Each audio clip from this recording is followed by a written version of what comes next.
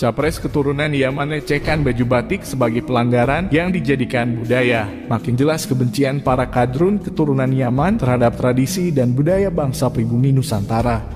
Kalau orang Arab pakaiannya kan bentuknya rata-rata daster, kalau di sini daster lah, kalau di sana apa coba aja. Batik itu dipakainya untuk sarung, tidak baik, tidak ada orang pakai batik buat baju.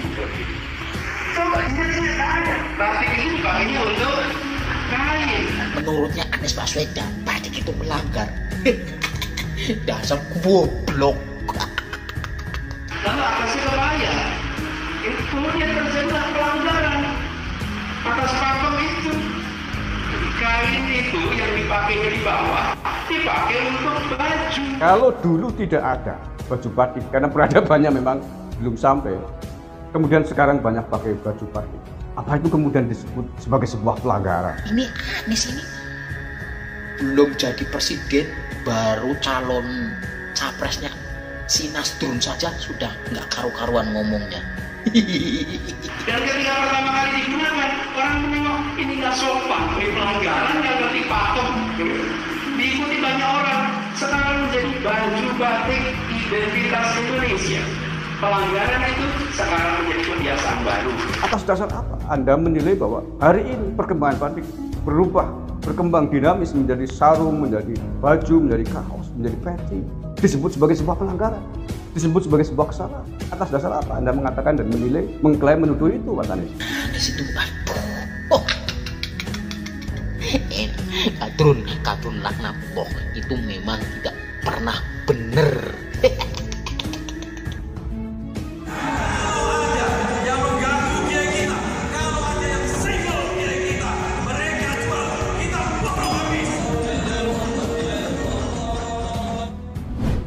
Bukan kadrun namanya jika mereka tidak membenci dan berusaha menghancurkan segala tradisi dan budaya bangsa pribumi Indonesia dengan narasi serta diksi-diksi yang mereka bangun, seolah-olah tradisi dan budaya bangsa Indonesia merupakan tradisi budaya orang-orang yang salah kaprah, sehingga perlu diperbaiki, bahkan mungkin harus dihapuskan dari bumi Nusantara oleh mereka. Tidak terkecuali dengan kadrun Anies Baswedan, si capres keturunan Yaman ini, membangun narasi seolah-olah baju batik merupakan pelanggaran yang dijadikan budaya oleh bangsa pribumi Indonesia, karena menurutnya batik merupakan pakaian bawahan, namun kini dijadikan sebagai atasan berupa baju, yang menurut dia itu sebuah ketidakpantasan, namun malah dijadikan budaya oleh bangsa Indonesia. Sungguh narasi yang sangat bodoh yang sengaja dibangun oleh warga keturunan imigran ini hanya untuk merendahkan budaya bangsa pribumi Nusantara yang sudah menjadi kebanggaan serta menjadi ikon bangsa Indonesia di mata dunia. Diksi yang dibangun pun sangat bodoh serta tidak mungkin bisa diterima oleh akal waras manusia. Menganggap kain batik merupakan kain bawahan, itu saja sudah menunjukkan kebodohan luar biasa capres keturunan Yaman Anies Baswedan, karena kain batik adalah jelas merupakan bahan dasar yang bisa digunakan untuk membuat sarung, baju, kaos, dan sebagainya.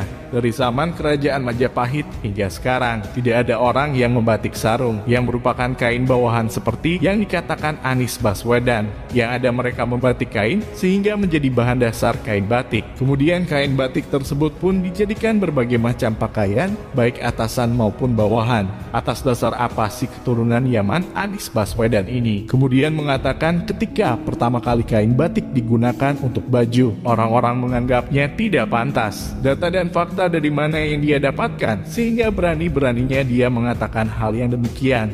Jika memang ada datanya, suruh Anies Baswedan menunjukkan kapan, tanggal berapa, dan tahun berapa kain batik pertama kali dibentuk menjadi baju oleh bangsa Indonesia. Dan kita bisa pastikan, tidak ada satupun data yang bisa ditemukan tentang kapan baju batik dibuat untuk pertama kalinya. Dari sini saja diksi yang dibangun oleh capres bodoh keturunan Yaman ini sudah mengandung kebohongan luar biasa, karena data dan fakta tentang kapan kain batik digunakan sebagai baju untuk pertama kali saja tidak ada. Kok bisa-bisanya dia mengatakan pertama kali kain batik digunakan sebagai baju? Banyak yang menganggap tidak pantas dan merupakan sebuah pelanggaran. Dari sini bisa disimpulkan Para kadrun keturunan Yaman memang sengaja ingin meruntuhkan tradisi dan budaya bangsa pribumi Indonesia dengan segala cara. Bagi kadrun yang mabok agama, mereka akan menyesatkan dan mengkafirkan tradisi-tradisi dan budaya bangsa pribumi Nusantara dengan berbagai fatwanya. Dan bagi kadrun yang bertopeng nasionalis seperti Anies, dia akan membangun narasi pelanggaran atau apalah namanya untuk menyalahkan dan merendahkan tradisi budaya kita bangsa Indonesia. Ini diksi gayanya orang-orang Salafi Wahabi yang mengatakan kalau dulu tidak ada, sekarang ada adalah bid'ah.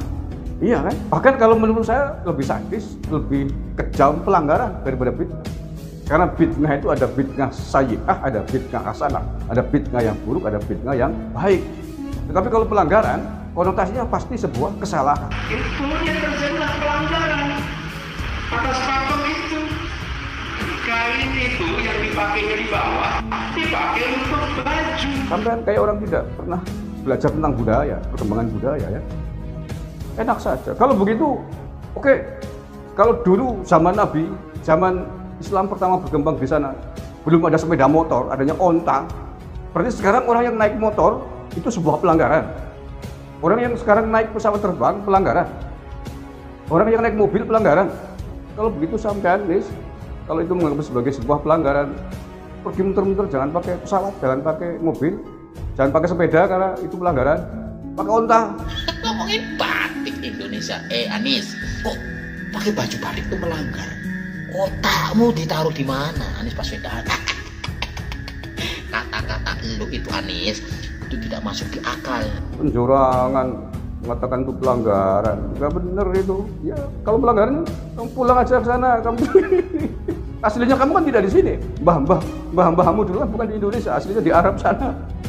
Kalau dulu di Arab, sekarang di sini adalah pelanggaran, kesalahannya pulang ke Arab. Diksi yang dibangun tidak ada bedanya dengan apa yang selama ini difatwakan sutat-sutat kadrun. Bedanya jika sutat-sutat kadrun langsung menyesatkan dan mengkafirkan tradisi budaya bangsa Indonesia. Anies menyebutnya dengan istilah pelanggaran. Sesungguhnya itu semua tiada beda. Hanya saja yang dipakai Anies si capres keturunan Yaman ini menggunakan istilah yang tidak menyangkut dengan agama karena dia masih butuh suara dari bangsa pribumi Indonesia untuk berkuasa. Namun dari sini kita bisa menilai dan semoga juga bisa membuka hati saudara kita bangsa pribumi Nusantara yang saat ini masih terjangkit virus kadrunisme sehingga mendukung calon presiden dari keturunan Yaman. Padahal gerombolan mereka jelas-jelas ingin menghancurkan peradaban, tradisi, dan budaya bangsa pribumi Indonesia. Para kadrun keturunan Yaman jelas ingin menguasai bangsa kita serta menghancurkan peradaban bangsa Indonesia supaya cita-cita mereka menjadi penguasa di tanah Nusantara bisa mereka wujudkan dan bisa bertahan selama-lamanya. Karena jelas kemajuan dan kehancuran suatu bangsa itu tergantung dengan budayanya. Jika budaya kita bisa dihancurkan oleh mereka para kadrun keturunan Yaman, maka tumbuhlah kehancuran bangsa-bangsa pribumi Indonesia. Gerakan mereka sudah jelas, menyesatkan dan mengkafirkan tradisi serta budaya kita ditambah lagi dengan terpelesetnya lidah Anies Baswedan sebagai simbol pemimpin mereka. Merupakan peringatan dari Yang Maha Kuasa bahwa Allah telah membuka kedok mereka semua. Anies yang selama ini bertopeng sebagai sosok yang nasionalis, ternyata sekarang terbuka boroknya bahwa dia sama sekali tidak ada bedanya dengan para kadrun yang ingin menghancurkan budaya bangsa Indonesia.